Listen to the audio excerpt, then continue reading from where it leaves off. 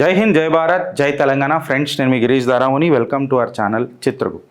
NDTV Auto, News 18, ఇవాళ పొద్దుగాల Velugu, etcetera etcetera, Indian Express, ఇవన్నిట్లలో కొన్ని కథనాలు వచ్చినాయి.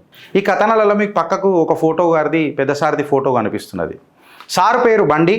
ఈయన చేసే ఆరోపణలన్నీ తొండి. ఇన్ఫ్యాక్ట్ ఇవాళ తెలంగాణ భారతీయ జనతా పార్టీకి ఈయన రాజకీయాల వల్ల పడుతుంది గండి. ఢంకేపే చోటు నేను చెప్తున్నా, ఇది ఢంకేపే చోటు నేను చెప్తున్నా. ఎందుకనంటే ఇప్పుడు ఇగో ఈ కథనాలు చూడండి. Rolls Royce to Lexus, Hyderabad luxury car dealer arrested, 25 crore custom duty scam. Underline చేస్తున్నాం మళ్ళా, ఏంది custom duty scam. Hyderabad luxury car dealer, Hyderabad dealer arrested for 100 crore scam. KTR using car sold by the scammer అని చెప్పి, car sold by the scammer are using, not selling. KTR అమ్ముతలేడు, కొన్నాడు అని చెప్పి ఎవరు మాట్లాడుతున్నారు? గౌరవనీయులు కేంద్ర హోంశాఖ సహాయక మంత్రులు, ఎంపీ కరీంనగర్ శ్రీ శ్రీ శ్రీ బండి సంజయ్ గారు. మళ్ళీ ఇది ఎంత వాస్తవాలు, ఎంత ఆరోపణలు, ఇందులో చెంచబెట్టి గీక్తే ఎంత సత్యం ఉన్నదని అనేది చూద్దాం. ఆయన ట్వీట్ కూడా చేసిర్రు, ఈ scar party running on smuggled luxury cars etcetera etcetera అని. ఇక నేను మసాలా ఓదలుచుకోలే. సార్ గారి ఆలోచన విధానాలు ఏ రకంగా ఉంటాయి, బండి సంజయ్ గారి విధానాలు అంటే ప్రెస్లో ఏదో ఒకటి రావాలా, నా గురించి చర్చ జరగాల, అది మంచా చెడా నాకు సంబంధం లేదు, నా గురించి అందరూ మాట్లాడుకోవాలా. అట్లా చెప్తే మాకు చెప్తే మేము రోజు మాట్లాడతాం కదా. బండన్న నమస్తే. స్టార్ట్ అవుతుంది ఇప్పుడు చిట్ట. మీ ముంగట ఆధారాలే పెడుతున్నా ఫ్రెండ్స్. పంచాయతీ ఏంది అని అంటే ఇంట్లో కీ ప్లేయర్ బసారత్ ఖాన్ అనొకడు ఉన్నాడు. వీడు ఎక్కడికైనా అహ్మదాబాద్కే నోడు. వీడు ఏం చేస్తాడు, లగ్జరీ కార్లు ఇంపోర్ట్ చేస్తాడు అని, అంటే బయటి దేశాలకైనా లగ్జరీ కార్లు తీసుకొస్తాడు. వీడు ఏం చేసిండు, according to Bandi Sanjay and DRI దాని మీద క్లియర్ కట్గా చెప్తా. ఇన్వెస్టిగేషన్ ఏజెన్సీ డిఆర్ఐ అంటే వీళ్ళ ఆరోపణలు ఏందనంటే, వీడు పెద్ద పెద్ద కార్లు తీసుకొస్తాడు, అంటే 2-3 కోట్ల ఉన్న కార్లను తీసుకొని వచ్చి దాన్ని తక్కువ ధరకు వాల్యుయేషన్ చేస్తాడు, అంటే డీవాల్యూ చేస్తాడు. డీవాల్యూ ఎంతకు చేసిండంటే 20-30 లక్షలకు చేసిండు. చేసి ఏం చేసిండు, దానివల్ల వాడికి లాభం ఏముంటుంది అంటే 2-3 కోట్ల కార్ని 20-30 లక్షలకు చేసిండు అనుకో, కస్టమ్ డ్యూటీ తక్కువ పడుతుంది కదా అన్నాడు. సరే, ఇట్లా లంగలుచ్చ దందలు ఈ బసరత్ ఖాన్ గారు ఎంత చేసిండు అని చెప్పి మాట్లాడితే, సుమారు 7 కోట్లు 8 కార్లలో చేసిండు. వాళ్ళ రోల్స్ రాయ్స్లు ఉన్నాయి, కలినాన్, లెక్సస్ ఎక్సెట్రా ఎక్సెట్రా అన్ని కార్లు ఉన్నాయి అని చెప్పారు. అయితే ఇది బీఆర్ఎస్ పార్టీకి ఏం లింకు అని చెప్తే, TG09D all 6s ఈ నంబర్ కార్ 1 ల్యాండ్ క్రూజర్ ఏదైతుందో at home hospitality service private limited అని చెప్పి కేటీఆర్ గారి సతీమణి, ఆమె డైరెక్టర్ ఉన్న కంపెనీలో ఈ కారు రిజిస్టర్ అయి ఉన్నదట. బీఆర్ఎస్ డిఫెన్స్ ఏమున్నదనంటే, అయితే బీజేపీ అంటే బండి సంజయ్ గారు, బీజేపీ అని అనొద్దు నేను, ఇది మళ్ళీ బీజేపీ ఓన్ చేసుకుంటుందా నేను బీజేపీని అడుగుతున్నా. అగర్ మీరు ఓన్ చేసుకుంటున్నారు అని అంటే భారతీయ జనతా పార్టీ రాజకీయాలకు గండి పడుతుంది. ఎందుకనంటే వాట్సాప్ ఫార్వర్డ్ అడ్మిన్లు కాదు మనకు కావాల్సింది, సహాయక మంత్రులు కావాలా, పాస్ చెప్పేటోళ్ళు కాదు, పాస్ అయ్యేటోళ్ళు కావాలా. ఇలా మళ్ళీ బండి సంజయ్ గారి యాంగిల్ ఏముందనంటే, కేటీఆర్ గారి ఫ్యామిలీ ఈ కారు యూజ్ చేస్తున్నది కాబట్టి, స్మగ్ల్డ్ కారు యూజ్ చేస్తుంది కాబట్టి మనీ లాండరింగ్ అయింది, దీని మీద దర్యాప్తు జరగాల అని చెప్పి మాట్లాడతారు. బీఆర్ఎస్ పార్టీ దీని మీద డిఫెన్స్ ఎట్లా చేస్తుంది అని అంటే, బసరత్ అనేటోడు తెచ్చిండ్రా బై కారు, వాని దగ్గరికి మేము రోడ్ ట్యాక్స్ పెట్టి కట్టి కొనుక్కున్నాము, మేము రోడ్ ట్యాక్స్ మొత్తం కట్టినాము, కేటీఆర్ని ఎందుకు బ్లేమ్ చేస్తున్నారా బై ఇంట్లో అని చెప్పి బీఆర్ఎస్ మాట్లాడుతుంది. ఇప్పుడు చిట్టా యాక్చువల్గా మొదలవుతుంది. అసలు ప్రొసీజర్ ఏంది, ప్రొసీజర్ ఏదో డీవియేట్ అయింది. ప్రొసీజర్ డీవియేట్ అయితే బండి సంజయ్ ఎవరిని అడగాల, ఎవరిని అడిగిండు, తొందరపడి ఒక కోయిల రోజు కూస్తుంది ఈ కోయిల, అది ప్రాబ్లం ఆడ. ఇప్పుడు ఈ కోయిల ఏం కూసిందని అన్నది మనం చూద్దాం. లీగల్ ప్రొసీజర్ ఏం చెప్తుంది అంటే, ఇప్పుడు బండి తెచ్చిండా, బండి తెస్తే బండి ఏం చేసిర్రు, వేరే దేశాలకైనా ఇండియాకి తెచ్చిర్రు. దీన్ని ఏమంటారు, ఇంపోర్ట్ స్టేజ్ అని అంటారు. ఇంపోర్ట్ ఎవడు చూస్తాడు, కస్టమ్స్ ఓడు చూడాలా. ఏ యాక్ట్ కింద, కస్టమ్స్ యాక్ట్ 1962 కింద చూడాలా. దీని అథారిటీ ఎవరు అని అంటే central board of indirect taxes and customs, CBIC అని అంటారు. ఇది ఎవరి కిందికి వస్తుంది, యూనియన్ మినిస్ట్రీ ఆఫ్ ఫైనాన్స్ కిందికి వస్తుంది. మళ్ళీ యూనియన్ మినిస్ట్రీ ఆఫ్ ఫైనాన్స్ అంటే ఎవరి గవర్నమెంట్ వస్తుంది, సెంట్రల్ గవర్నమెంట్ కిందికి వస్తుంది. సెంట్రల్ గవర్నమెంట్లో ఎవరు కూర్చున్నారు, బండి సంజయ్ కూర్చున్నారు. ఈ క్వశ్చన్ ఎవరికి వేయాలా, మళ్ళీ అప్పుడు ఇజ్జత్ తీస్తున్నాడు మోడీ సర్కార్ది. ఇది రెండోసారి, నేనే సాక్షిగా ఇది రెండోసారి. ఇప్పుడు ప్రాసెస్ ఏం చెప్తున్నది, వెహికల్స్ పోర్ట్లకు ఎంటర్ అవుతాయి. వెహికల్స్కి పోర్ట్లకు ఎంటర్ అయితే వీడు ఏం చేయాలా, ఎవడైతే బిజినెస్ చేస్తున్నాడో బసరత్ ఖాన్ ఇంపోర్టరు, వాడు bill of entry, importer files bill of entry declaring CIF అంటే దాని కాస్టు, ఇన్సూరెన్సు, ఫ్రైట్, దాని వాల్యూ షేర్ చేయాలి పోర్ట్కి రాగానే. కస్టమ్స్ ఏం చేస్తుంది, ఈ సిఐఎఫ్ కాస్టు, ఇన్సూరెన్సు, ఫ్రైట్ ఈ రెండు కలుపుకొని దీనికి ఎంత ఇంపోర్ట్ డ్యూటీ వేయాలా 125%, దాని ఇంజను దాని ఫీచర్లు చూసి వీళ్ళు వేస్తారు. ఇప్పుడు ఖాన్ ఏం చేసిండు, బసరత్ ఖాన్ ఏం చేసిండంటే ఫేక్ ఇన్వాయిసులు పెట్టిండు, ఫాల్స్ ఇన్వాయిసులు పెట్టిండు. అంటే 2 కోట్ల కార్ని 20 లక్షలు అని పెట్టిండు. ఇప్పుడు ఇక్కడ ఏ సెక్షన్ వయోలేట్ అయింది కస్టమ్స్ యాక్ట్ కింద అంటే 111 క్లాస్ అంటే మిస్ డిక్లరేషన్ ఆఫ్ వాల్యూ అని అంటారు. ఇది మోర్ దెన్ 50 lakhs కంటే ఎక్కువ ఉందనుకో 7 సంవత్సరాల జైలు శిక్ష ఉన్నది దీనికి. సెక్షన్ 135 కస్టమ్స్ యాక్ట్ కింద దీన్ని మాట్లాడతారు. వీడి దాకా నాకు తెలిసి క్లారిటీ వచ్చిందని మీకు అనుకుంటున్నా. ఇప్పుడు దీని తర్వాత ఏమైందనంటే ఫ్రెండ్స్, దీని తర్వాత డిఆర్ఐ దిగింది. అంటే డిఆర్ఐ ఎవరు? Directorate of revenue intelligence DRI ఎప్పుడు దిగుతుంది? ఈ పంచాయతీ అయిపోయినాక పోస్ట్ టు ది సినారియో ఇక్కడ ఏదో ప్రాబ్లం అయింది, ఇంపోర్ట్ డ్యూటీ బసరత్ ఖాన్ అనేటోడు ఎవేడ్ చేసిండు అని వీళ్ళకు తెలిసి ఒక ఇంటెలిజెన్స్ రిపోర్ట్ వస్తే డైరెక్టరేట్ ఆఫ్ రెవెన్యూ ఇంటెలిజెన్స్ దిగింది. వీళ్ళు కనుక్కున్న తర్వాత వీళ్ళు పసిగట్టిండ్రు, అవును జరిగింది, ఇది అండర్ వాల్యూడ్ ఇన్వాయిస్ పెట్టిండు బసరత్ ఖాన్ అని చెప్పి చేసిండ్రు. కాకపోతే డిఆర్ఐ ఏదైతే రిపోర్ట్ పెట్టిందో ఇది రెట్రోస్పెక్టివ్ ప్రోబ్ కదా. రెట్రోస్పెక్టివ్ ప్రోబ్లా నువ్వు డైరెక్ట్ ఆరోపణలు ఎట్లా చేసినావు? పార్టీ ఇజ్జత్ ఎందుకు తీస్తున్నావు బండి సంజయ్? ఈడ మాట్లాడు. అసలు నీకు రెట్రోస్పెక్టివ్ సినారియో అంటే తెలుసా? డిఆర్ఐ ఎక్కడికి వస్తుందో తెలుసా?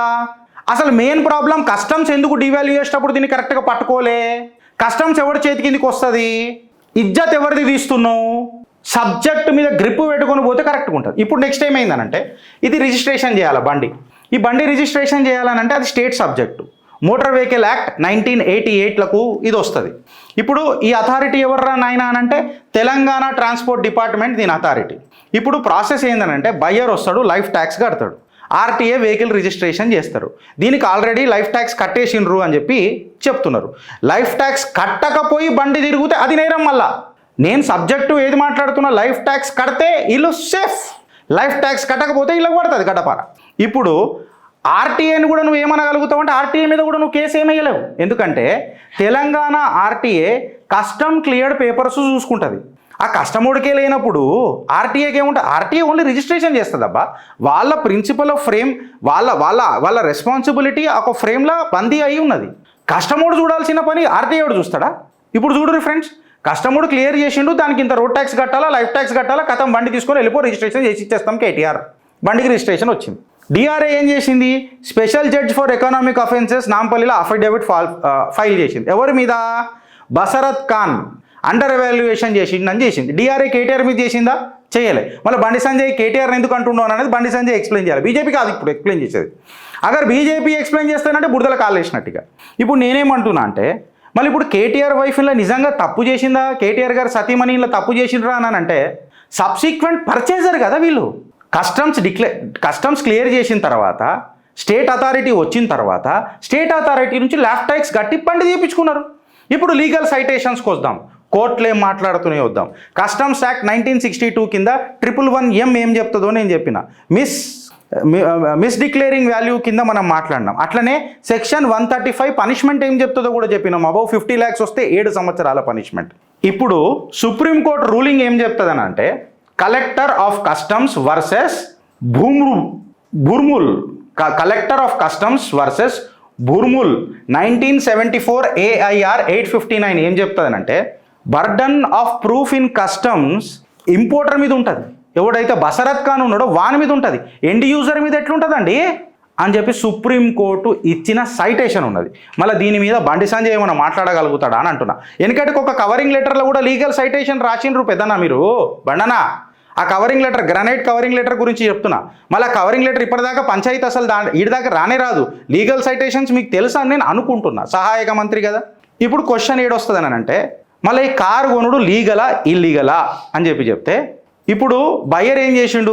ఒక గుడ్ ఫేత్లో బండి కొన్నాడు, కస్టమ్ క్లియరెన్స్ అయిన తర్వాత కొన్నాడు, రోడ్ ట్యాక్స్ కట్టి కొన్నాడు, అప్పుడు పంచాయతీ లేదు.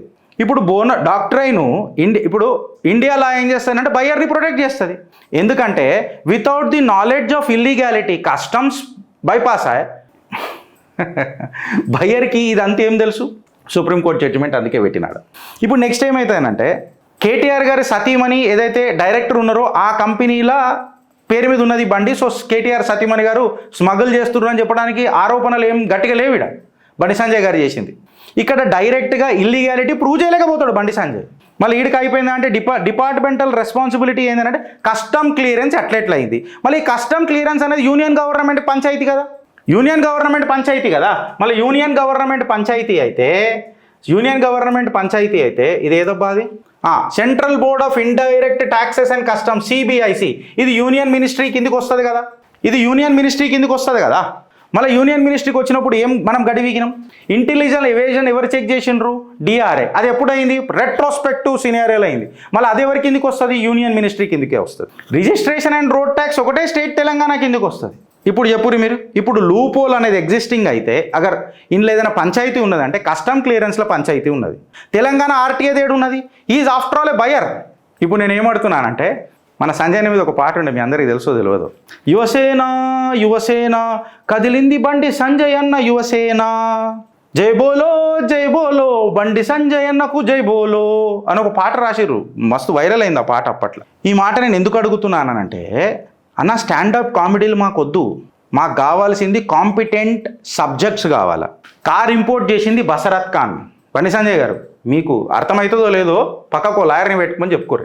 కార్ ఇంపోర్ట్ చేసింది బసరత్ ఖాన్. కస్టమ్ డిపార్ట్మెంట్ దాన్ని క్లియర్ చేసింది, అది యూనియన్ గవర్నమెంట్ కిందికి వస్తుంది. యూనియన్ గవర్నమెంట్లో మళ్ళీ మీ సొంత మినిస్ట్రీయే రెస్పాన్సిబులా, మీ సొంత గవర్నమెంట్ రెస్పాన్సిబులా? ఇవాళ మీరు ఎవరిని మోడీ గారి పరిపాలనకు మచ్చ తీసుకొస్తున్నారు, మీరు అడ్డమైన ఆరోపణలు తీసుకొనొచ్చు. ఇన్ఫ్యాక్ట్ చెప్పాలనంటే ఇప్పుడు ఇది ఎట్లుంటుంది అంటే, మందందరూ వాడచ్చు, అదే వేరే వాళ్ళు వాడిర్రు అనుకో తను వాడచ్చు. ఆయన కూడా ఏదో boss is in land cruiser అనేది ఒక ట్విట్టర్లో ఏదో చూసినా నేను వీడియో, BRS వాళ్ళు ట్రోల్ చేస్తారు. మీరు వాడచ్చు, అదే ఇప్పుడు నేను వాడినా వేరేవాడు వాడిన అనుకో ఆ పాకిస్తాన్కి ఏం కొన్నాడు అని చెప్తారు. వెనకటికి గిట్లనే బీదర్ల కౌంటర్ఫీట్ నోట్ల గురించి మాట్లాడిండు. ఆ ప్రింటింగ్ ప్రెస్ ఏమైనా ఆధారాలు చూపించిండా? మళ్ళీ అప్పుడున్న ప్రభుత్వాలు ఇప్పుడున్న ప్రభుత్వాలు ఎవరి బద్నాం చేసిండు? సబ్జెక్ట్ లేకుండా మాట్లాడి జై కొట్టమంటే ఎట్లా కొడతారన్నా? గాడికనే కదా పంచాయతీ మొదలైంది. మీకు నాకు సబ్జెక్ట్ అనేది చాలా పెద్దది, ఏదో ఇట్లా కూర్చొని వచ్చి ఇట్లా ఏళ్ళు దింపినట్టు కాదు. నేను అదే చెప్తున్నా ఆ రోజుటికేని. దీనికి మీరు జై కొట్టాలనంటే నేను కొట్టలేను. నేను సత్యానికి దాసుని, నేను భారతదేశానికి దాసుని, భారతదేశాన్ని ప్రేమించే ప్రతి భారతీయుడికి దాసుని, మోడీ గులాంని. ఎందుకంటే భారత్ని 150-140 కోట్ల జనం ఎంత ప్రేమిస్తారో ఆయన ఒక్కడంతా ప్రేమిస్తాడు. అందుకే ఆయనకు నేను గులాన్ని. కాకపోతే మీరు ఆయనకు మచ్చ తెచ్చిచ్చినట్టు చేస్తా అంటే ఎట్లా? అడిగే ప్రశ్నలకు సమాధానాలు ఉన్నాయా అని అడుగుతున్నా. హిపోక్రసీ ఏందో అని అడుగుతున్నా. మళ్ళీ కాంగ్రెస్ వాళ్ళు కూడా అందరూ వాడుతున్నారు కదా, మళ్ళీ దాని పంచాయతీ ఏందని అడుగుతున్నా. ఇవాళ గ్రౌండ్ రియాలిటీ ఏం తెలుసా?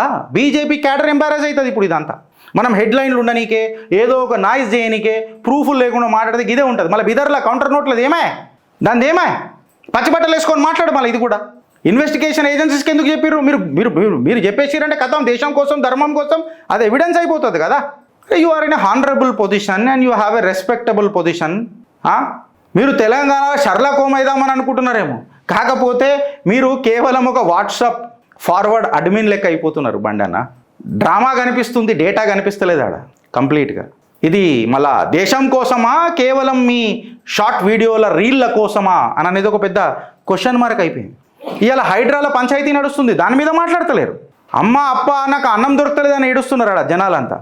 SIT ముత్యాలమ్మ టెంపుల్ ఏమైంది, దాని మీద చర్చ జరుగుతలేదు. 87 ఎకరాల దేవాదాయ శాఖ భూమి కబ్జా అవుతున్నది. దేశం కోసం ధర్మం కోసం మా బండాన్ని ఎందుకు మాట్లాడతలేడు అని మేము గుండె పగులుతున్నాం. ఈ డ్రామాల డేటా ఉంటే బాగుంటుంది.